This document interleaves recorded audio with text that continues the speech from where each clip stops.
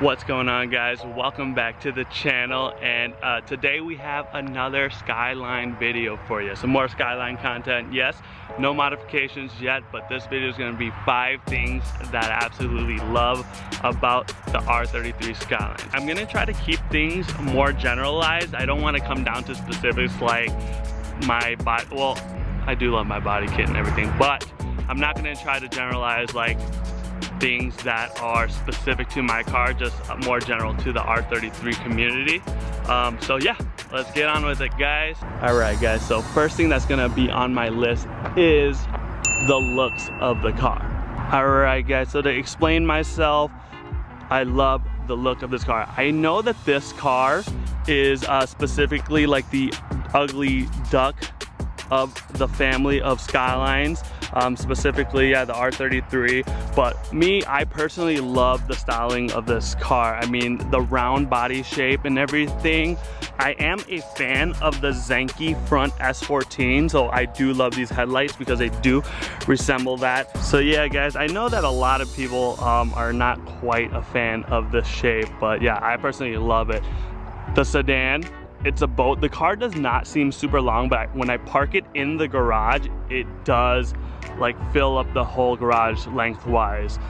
So it is longer than it looks. The back end of this car is actually pretty short, as you can see, but then the front end is definitely a lot more exaggerated, and I definitely love that. Yeah, it doesn't look like a huge car, but it actually is. It does have that presence that people are talking about. That's the thing that they're kind of going for in the 90s, was to have a presence on the road, and they made a bigger car for that reason. So yeah.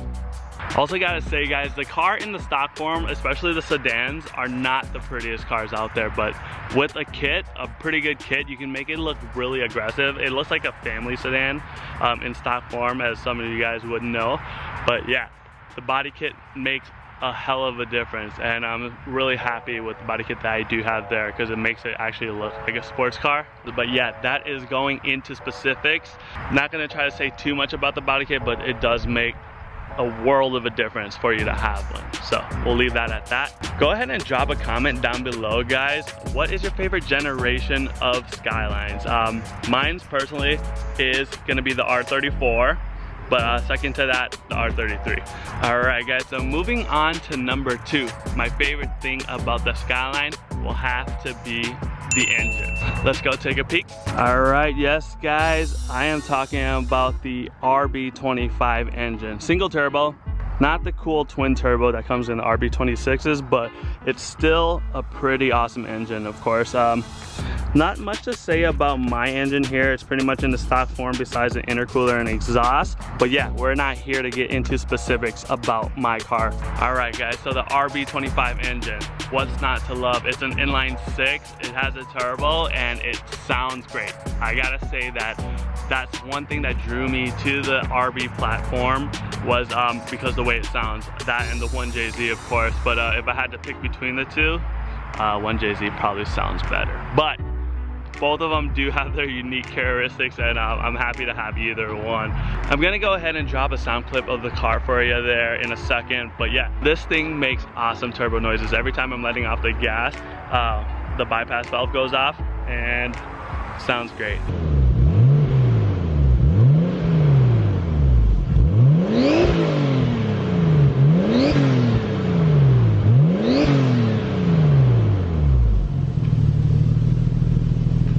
But yeah, moving on from how it sounds, the performance itself, the engine does have nice pep to it. It's not the fastest thing in the world, given that it's a 1993. I mean, not saying that cars back then didn't make any power, but yeah, it's an older platform, but the way it feels is definitely fun right out of the box. It does obviously have potential to be a lot faster, but what they give you out the factory is amazing, and it's a cool, fun little car, despite it being the heavier between the R32, 33, and 34. The car does have a ton of potential, minor things that you do have to do about it. We'll talk about that in another video about the engines and the RB25 problems, but I do love what it can do and the potential that it does have. So moving on to number 3, we have the drivetrain options. that definitely gives you a lot of different build options, and I'm happy that they made this car in a rear-wheel drive because, as you guys do know, and I've probably said it many times before, I do plan to build this thing up to drift. So I want to get out there and skid this thing, despite some of my friends saying no, don't do it. I do want to drift this thing, and I think it'll bring a lot of views to the channel, and it'll be something for you guys to watch. So one thing I didn't know about the Skylines were that they had options of rear-wheel drive. Growing up playing Gran Turismo 1 back on PlayStation 1, there was only the GTRs, and those were all-wheel drives, and that was my absolute favorite car playing that game. I had a blue one that I tuned up to 1,000 horsepower, and I can never get any other car to match it. Growing up, I didn't know that there were GTSTs available in rear-wheel drive options, and I didn't learn that there were sedans till like, who knows, like till I was like 15, 16 years old. Yep, just another quick one there, guys. A rear-wheel drive sedan, I'm all about that. I know that Japan is huge with sedans and everything. So moving on to number, guys, it's gonna be the attention that this car gets. Actually had a gentleman just come up to me and wanted to take a picture of the car, and he actually said that his son loves right-hand drive cars, so he wanted to come up and take a picture of the inside and the car itself. Yeah, so the attention it gets is always awesome. It's definitely a good conversation starter, and I always get a lot of thumbs up for it. A lot of people never seen right-hand drive cars before, so they're very curious about it, and they definitely have a lot of questions to ask about. For some that do know the Skyline name, they actually don't recognize it up front until they see the rear, and they're like, holy crap, that's a Skyline. So those iconic circle tail lights, let's go check them out.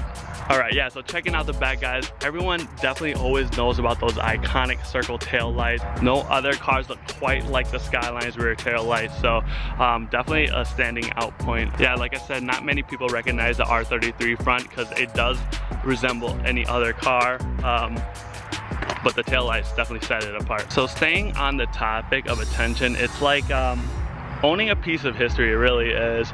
Such an old car now, over 25 years old. Definitely a piece of racing heritage, having the Skyline name. I've always dreamed of having a Skyline when I was a kid, and now I finally have one, and it's the greatest feeling in the world. On top of that, there's a great community out there. If you ever need something or you're having trouble with your car, there's definitely a lot of people who know the matter of the subject and can help you out. Otherwise, it's pretty cool owning a Skyline and going to Skyline only meets and whatnot, and seeing people that share this piece of history or own a piece of history. I don't know if I said the numbers wrong, kind of lost track there, but number 5, the last thing I have to say I love about the car is the feeling of driving the car. Driving a Skyline or an older car like this feels like no other car. The smells are even different. You can smell the feel, the way it sounds, the vibrations you get. It's a very driver-oriented car. There's not much assistance to the car, so if something messes up, if you lose traction, you're on your own. You're gonna have to control the car yourself. Also, the car being a stick shift, it's a very involved feeling. A lot of the newer cars nowadays don't come with stick shifts, a lot of paddle shifters out there. It's nice to get back to the grassroots and actually shift the car yourself and clutch the car yourself. So I love the involvement of the driver. Driving this car definitely taps into all your 5 senses. You definitely gotta use every one of them to drive this car, and that's the great visceral feeling of driving a Skyline. But yeah, guys, I'm gonna keep this video short. Those are 5 things that I do love about the Skyline. Like I said, I try to keep things as general as possible, and like I said, I did not want to get into specifics. So yeah, fellas, let me know, what do you think about the R33? Is it the ugly duckling? Do you love it? What do you think? What are your thoughts? Comment down below. And shout out to anyone who played Gran Turismo 1 or 2, because I know that for me, that is what started my obsession with cars. So to anyone out there, go ahead and comment Gran Turismo. And if you stay till the end of the video, guys, go ahead and smash that like button, subscribe for more content, and comment for what you would like to see in future videos, guys. Peace.